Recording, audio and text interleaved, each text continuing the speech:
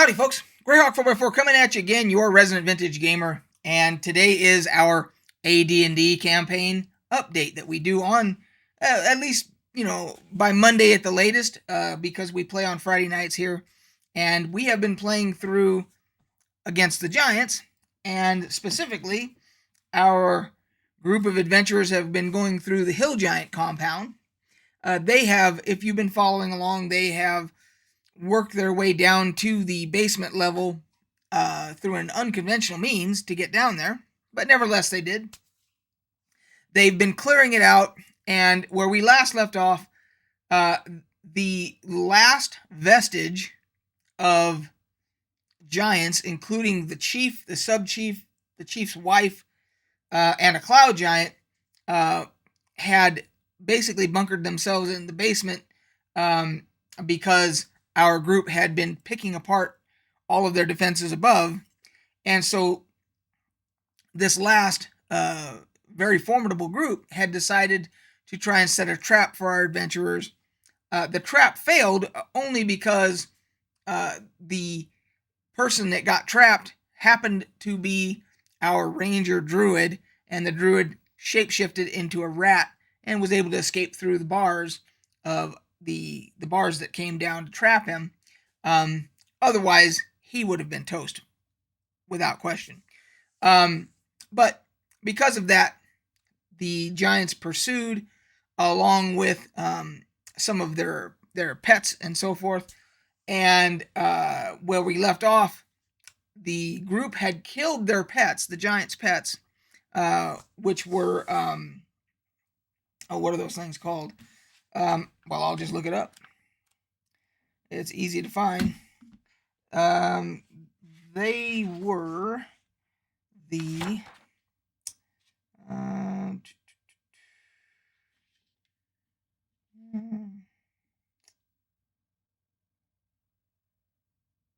manticores. There were manticores that the Giants had as pets, and that was part of the trap, which failed, of course. The manticores pursued, and where we last left off, the party had taken care of the manticores, but they still had the group of Giants leadership to deal with. Now, we started back up on Friday, and they were talking about different strategies about how they were going to go back in to deal with this last group of Giants, including the chief. And at some point, they decided, okay, we're gonna go in and we're gonna take a look and see where they're at and so forth. And they realized they were gone. So quite puzzled, our party said, okay. So they kind of retreated back to the group, to the main group.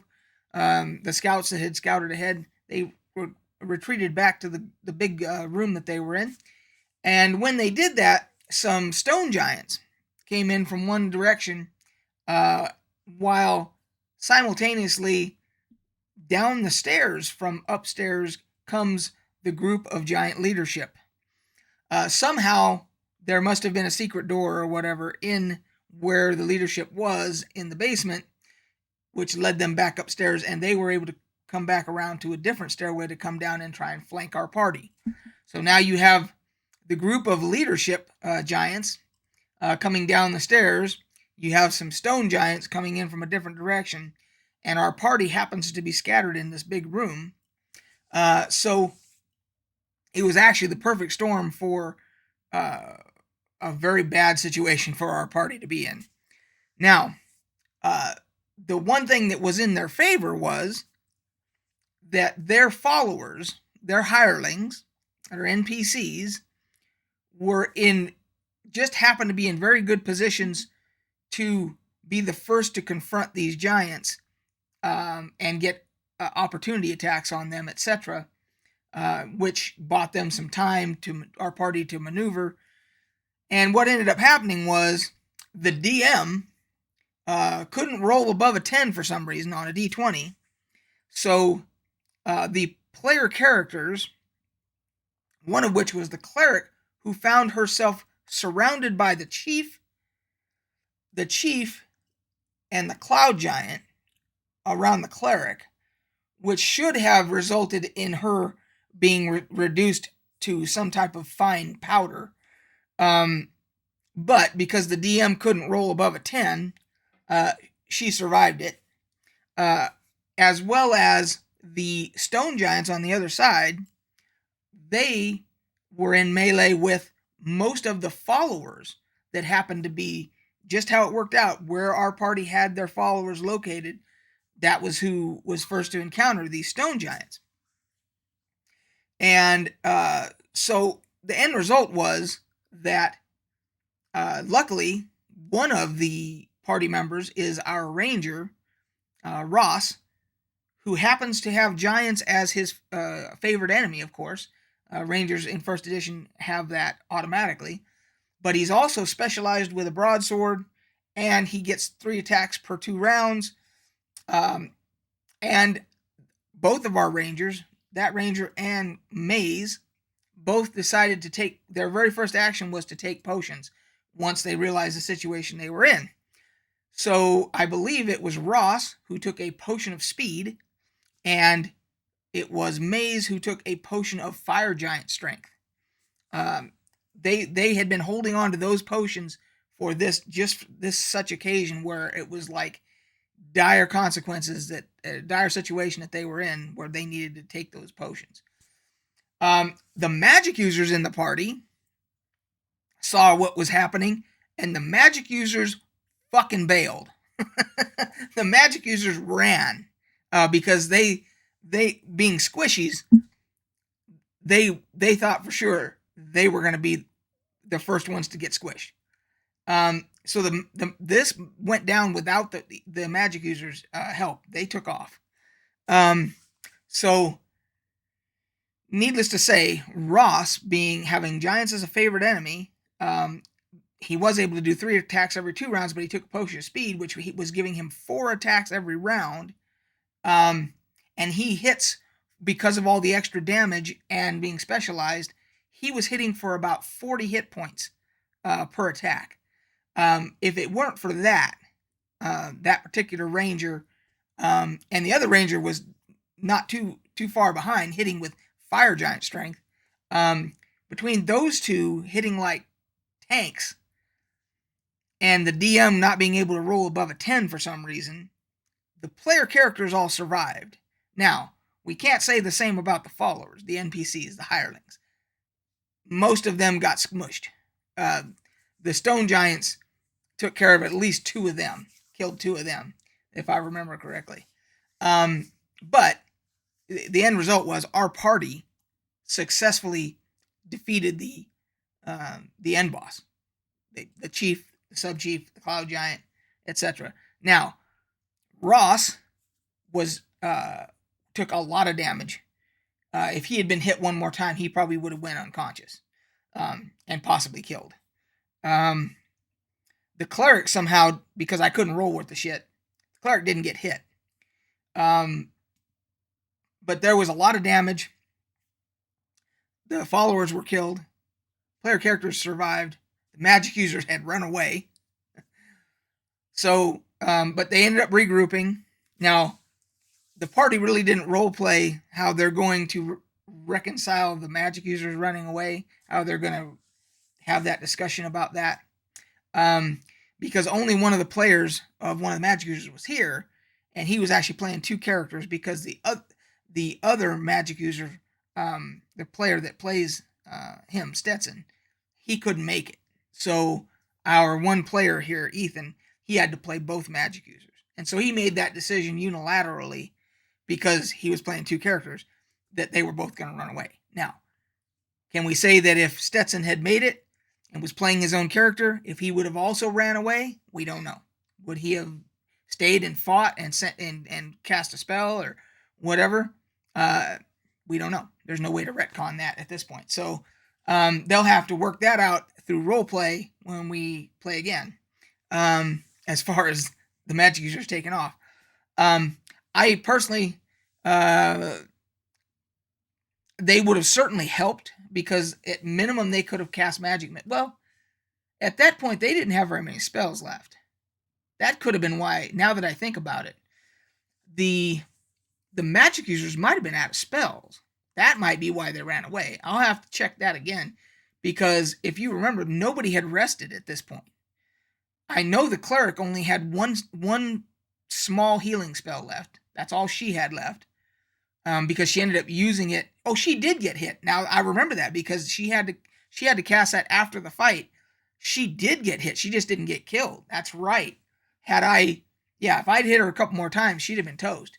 But maybe it was because magic users didn't have any spells left. If I remember, that could be why. He didn't have any choice but to run away, I think. That probably makes more sense. But we can find that out anyway, after the fact. Bottom line was they survived this. Somehow they lost their followers, but they did survive it. They made it to the fake treasure room. There's actually a decoy treasure room in here. And by the way, if you haven't figured it out yet, there's going to be spoilers in here. If you haven't played through this campaign and you plan on it, you shouldn't be watching this.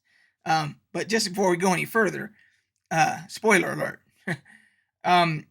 So they made it to the fake treasure room, which is where the trap controls were, where they tried to trap Maze, even though he shapeshifted. But in there was also the decoy treasure room, which had some treasure, but it was stuff like, there was like 190 gems. However, the party is going to find out that each of those gems is only worth a gold piece. So you're talking about, there was like 900, there was 980 gems. Like this massive chest full of gems, but each one's only worth a gold piece. So you're talking about 980 gold pieces worth of gems, even though there's a large number of them. And then there was copper ingots, which are not worth much. That kind of stuff. So it's made to look like, that's the decoy. But people they're hoping that the giants are hoping that people will see that and think, oh, this is the treasure. Yeah, we got treasure, and then leave.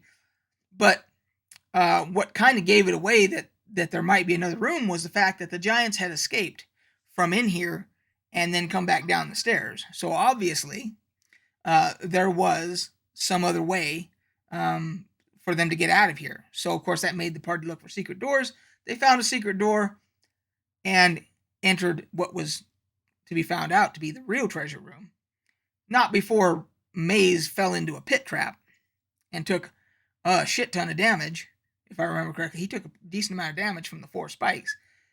And he rolled 4 saves and saved every single time. I don't think he rolled below 17 on his saves. It was like 17, natural 20, and 19, I think, or some shit like that. It was crazy. But anyway, so he made that. And then they go into the treasure room, and they can see that there's some chests in there. In one corner, there's a bunch of busted up, looks like kegs and stuff like that. There's some busted up boxes in the other corner. They can't see around the corner yet. And so at this point, for whatever reason, the illusionist, he decides, you know what? He goes, that doesn't make any sense in a treasure room for there to be busted up stuff like that. And he chooses to disbelieve, and sure enough, there was an illusion in the one corner where the casks were, where the busted up kegs were. The illusion is because he made his save versus spell when he decided to disbelieve. And there was an actual intact keg. A very sturdy looking, well-maintained keg. And so they decide, okay, well, we've got these chests to check. The busted boxes on the other side, those appeared to be normal. They did not appear to be an illusion. And so they decide, okay, we're going to go in. And as they go in to start dealing with this, they are able to now see around the corner. And there is some yellow mold on the other corner. Or it kind of, the room wraps around.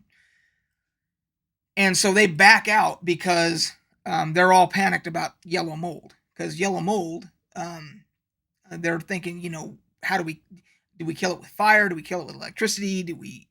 How do we take care of this? Because it's possible it could be very bad, and so they start strategizing on how they're going to deal with all this stuff and all this, and they went on for like 20 minutes about how are we going to burn it. They ended up staying over, waiting, sleeping or resting for a day, to rest up first of all, to get their stuff back, their spells and stuff like that.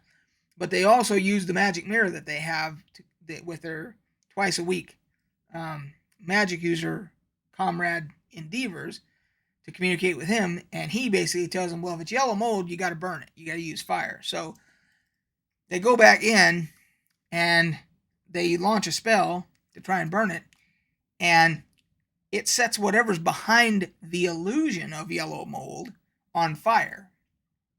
That was also an illusion.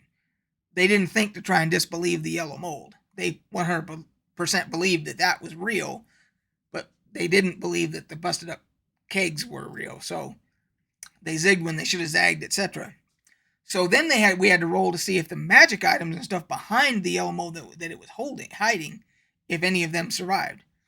I rolled those saving throws, and they all saved, of course. The magic items all saved. So it was it didn't take a lot. It was only like for that, because I had to look up, there's a special table for magic items to save versus spells and fire and stuff like that. And I only needed like a 9 to save. So all the magic items, none of them were destroyed. So the bottom line was they get the treasure. They open up that cask at first they were just going to take the cask with them, the keg. Now, this is where I had to take some creative license here, because there's a crucial item in that cask, and they weren't going to open it. They were just going to take the cask with them. So I had them roll some type of a wisdom check or something like that. I can't remember.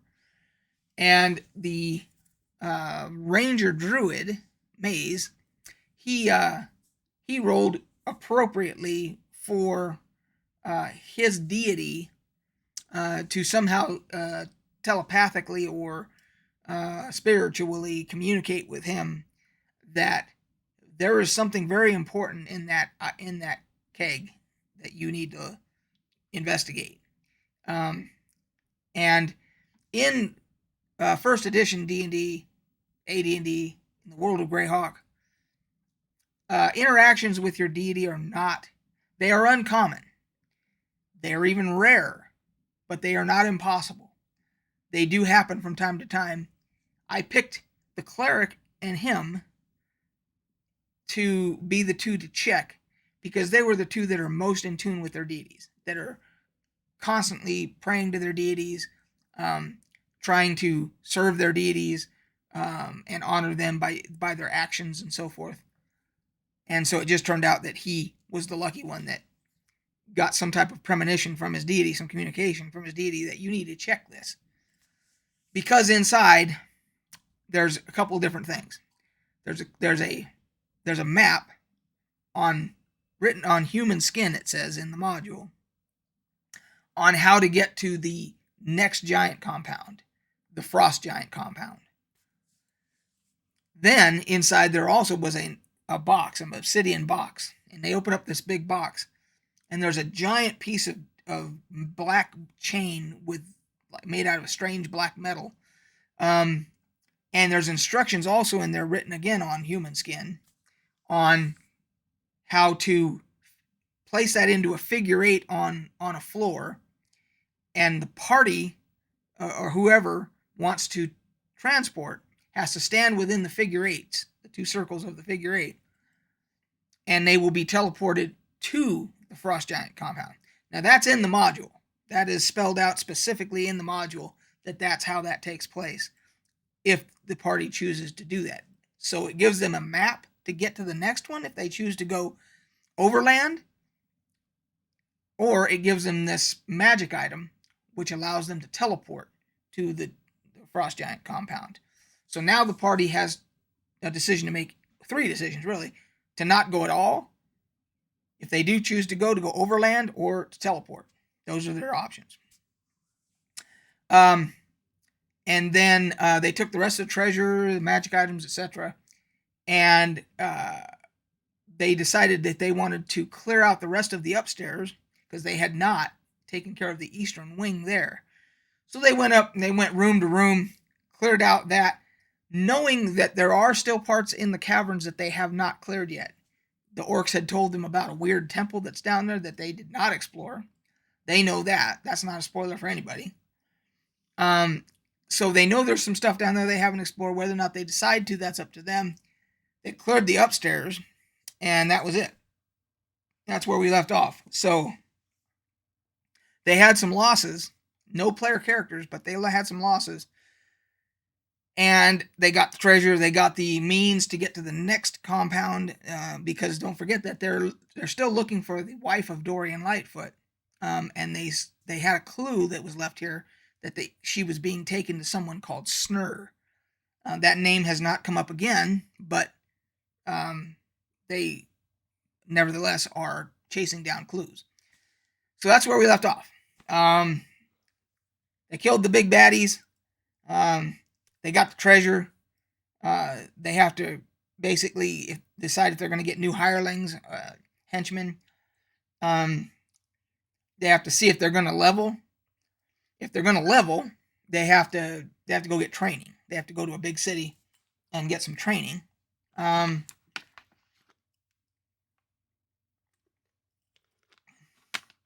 they got to make those decisions. They got to figure out how they're going to get all the treasure and everything back there, probably through the magic mirror. Is my guess. And that's where we left off. So now we're going to play again Friday, and then we're also doing a Saturday marathon session.